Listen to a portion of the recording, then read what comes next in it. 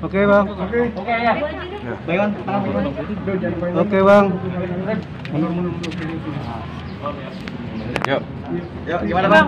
Ya, selamat sore teman-teman. Bahwa hari ini kita sudah merampungkan laporan polisi dengan pelapor adalah klien kami, Mbak Eni Mona, ke Polres Jakarta Selatan terkait dengan adanya dugaan tindak pidana pelanggaran pasal 27 ayat 3 Undang-Undang ITE, junto pasal 310 dan 311 KUHP. Nah, ada beberapa akun yang kita laporkan terkait dengan masalah penghinaan dan pencemaran nama baik di dalam media sosial, terkait kalau lebih detailnya terkait dengan masalah body shaming ya, menyamakan klien kami dengan sesuatu yang tidak patut dan tidak pantas seperti itu. Jadi pada hari ini klien kami setelah sehari sebelumnya berkonsultasi dengan kami, merampungkan proses laporan polisinya. Nah, perlu diketahui bahwa dugaan tindak pidana itu terjadi di dalam akun Instagramnya milik suami dari Mbak Heni, yaitu saudara RR atau Riorenvan ya, RR. Nah, yang patut kami sayangkan dalam narasi atau penghinaan tersebut, saudara RR ternyata ikut mengomentari. Ya, nah ini memang kami minta juga kepada penyidik untuk nantinya memeriksa dan mengusut lebih lanjut apa maksud dan tujuan daripada saudara RR tersebut mengomentari hal tersebut, ya kan? Nah ini ya potensinya bisa jadi saksi atau malah bisa ditingkatkan lebih daripada itu. Tapi kita menunggu proses dari pihak kepolisian lebih lanjutnya seperti itu. Nah, mungkin dari saya situ, dari Pak Insang mungkin ada pengen disampaikan? Bang, izin bang, terlapornya berarti ada dua bang atau termasuk RR terlapornya? RR belum kita jadikan sebagai terlapor, kita baru laporkan beberapa akun. Jadi kita menunggu dan kita menghormati sebenarnya proses dengan asas praduga tak bersalah. Apakah saudara RR nanti layak untuk dijadikan sebagai saksi saja atau ditingkatkan lebih daripada itu? Makanya kita tetap menjunjung azas praduga tak bersalah seperti itu. Jadi intinya RR ada tudingan ikut memberikan penghinaan ya bang ya? Ya, kita lihat lebih lanjut lah dalam proses penyidikan ya nanti ya. Apa abang melihat ada sebuah konspirasi bang di sini bang untuk menjatuhkan klien abang? Ya sebenarnya kalau kita menduga-duga ya boleh-boleh saja kita menduga hal tersebut. Karena kalau kita mau melihat kepada akun yang mengomentari hal tersebut, itu akunnya ternyata kosong atau akun, kalau kata orang akun fake atau akun bodong seperti itu. Namanya siapa? Nah, siapa yang membuat? Ya kita harus telusuri lebih lanjut. Ya. Ini nama akunnya Keila 9898. Dia melakukan body shaming. Ya, body shaming terhadap klien kami. Di postingan RR ya bang? Shamingnya gimana bang? Body shamingnya gimana Dia bang? ikut mengomentarinya.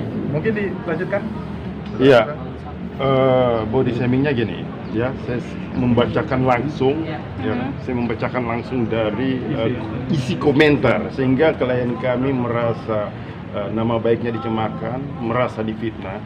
Salah satu poinnya aja dalam komentar tersebut ya, Keila 9898 lucu, mantan istri udah jelek, mohon maaf ya, nuntut 8 miliar. Sementara faktanya klien kami menurut kami tidak jelek, tidak menuntut juga 8 miliar. Dari mana ini kan fitnah?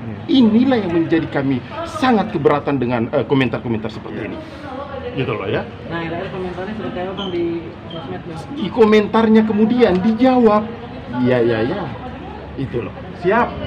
Nah, kemudian ada di komentar berikutnya lagi dijawab, iya. Berarti sama saja mengamini. Itu yang kami, itu yang kami akan laporkan. Ada berapa akun bang yang dilaporkan sih bang? Ada 3 akun ya? Ada 3 akun.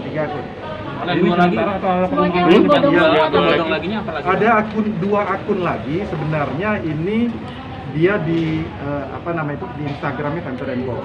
Nah, kurang lebih body shamingnya sama. Dan udah kita trace ini memang akun asli ya. Nah, jadi itu 2 akun ini juga kita masukkan sebagai terlapor dalam hal ini. Nah, mungkin untuk yang ini RR tidak kita lihat belum ada keterlibatan. Tapi untuk yang body shaming atau duga tindak pidana pertama, keterlibatan atau setidaknya keterlibatan daripada RR cukup ada di sana. Ini statementnya dong. Kalau ini gimana tentang hal ini?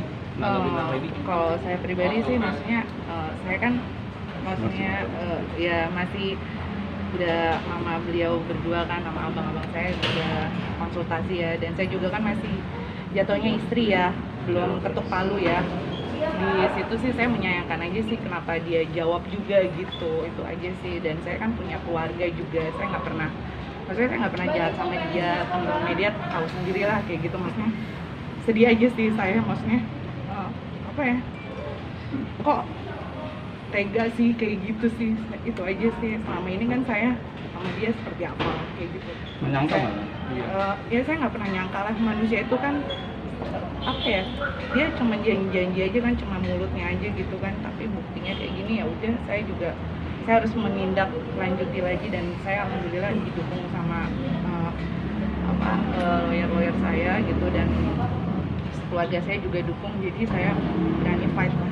Bang, Ini ada udah komunikasi hubungi nggak? langsung nggak? Maksudnya dokumentasi dengan Rio Revan nggak? Oh, Kenapa sih kamu komentar saya seperti itu? udah nggak pernah berkomunikasi lagi sama dia. Terkait isu yang nuntut 8 miliar itu benar ya? Enggak. Nah itu juga yang perlu kita klarifikasi. Kan ada dua nih, yang satu penghinaan pencemaran nama baik dan satu fitnah. Akun tersebut menyatakan bahwa klien kami Henny ini melakukan tuntutan sebesar 8 miliar. Pertanyaannya dan faktanya, why not juga kalau kita tuntut 8 miliar gitu. Tapi faktanya kita juga nggak tuntut segitu. 4M ya, 4M, dan itu hal yang wajar sama sekali untuk nafkah mut'ah dan idah yang dimintakan oleh seorang istri. Saya ingin mewakili perasaan daripada seorang istri, bagaimana coba perasaannya daripada klien kami ini nungguin suami ya, selama dalam penjara, selepas dia keluar dari penjara dengan setia dia nungguin, membiayai diri sendiri, membiayai suaminya di dalam, keluar dari penjara, hadiahnya apa? Hadiahnya adalah gugatan cerai. Nggak sampai di situ saja gitu loh. Ketika ada beberapa akun yang ikut melakukan penghinaan terhadap istrinya, ya kan, beliau bukannya malah membela, ya, bukan malah mengklarifikasi, malah makin ngompor-ngomporin atau mengiyakan. Ini kan gimana coba perasaan seorang istri, seorang wanita seperti ini?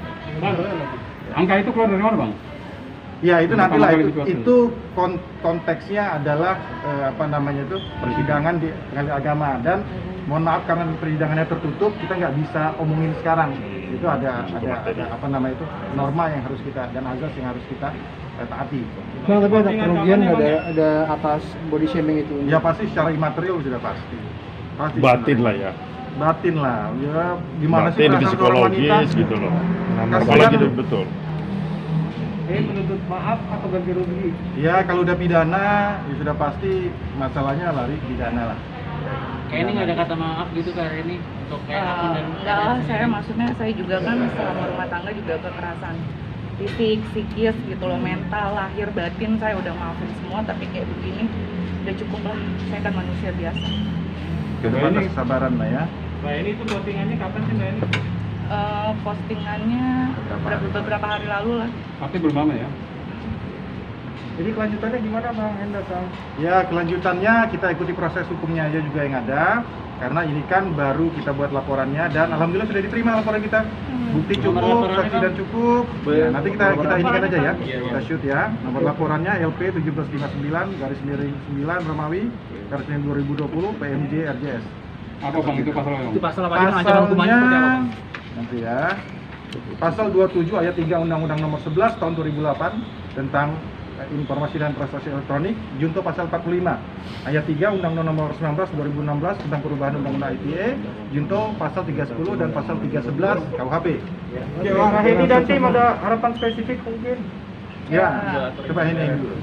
Harapannya sih semoga nggak terjadi sama wanita lain ya. Nah. Itu aja sih, maksudnya biar saya jadi korban dan saya memperjuangkan maksudnya hak-hak saya sebagai wanita, dan semoga juga netizen ataupun haters ataupun yang maksudnya pasangan-pasangan lain bisa saling menghargai dan menghormati, biar bisa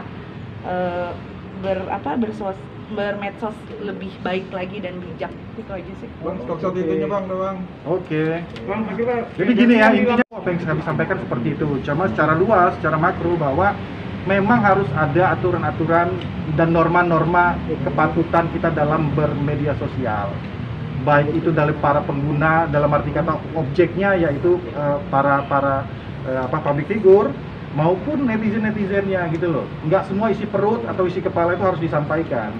Itu kan public area, sama aja kayak kita ngomong. Kalau kita ngomong kotor juga itu kan pasti sama saja. Itu bukan merupakan sesuatu hal yang patut dan layak, apalagi di iklim hukum kita maupun ada di istiadat kita seperti itu. Bang nama baik ya Bang. Iya, betul. Abang ngomong sedikit, Bang sedikit lagi Bang. Tadi kan Abang bilang Rio sendiri belum bisa Tinggiin, Bang. Nanti kedepannya berarti ada kemungkinan itu ya? Ada kemungkinan apabila pengembangan nanti ke arah situ, monggo penyidik silakan. Angkat Bang, angkat Bang. Angkat, Bang. Ya. Angkat, Bang. Bang sejauh ini yang dilaporin akun bodong tadi Bang ya? Ada akun bodong, ada akun real. Tahan bang. Lalu bang. Agak naik. Bang, sedikit lagi Bang.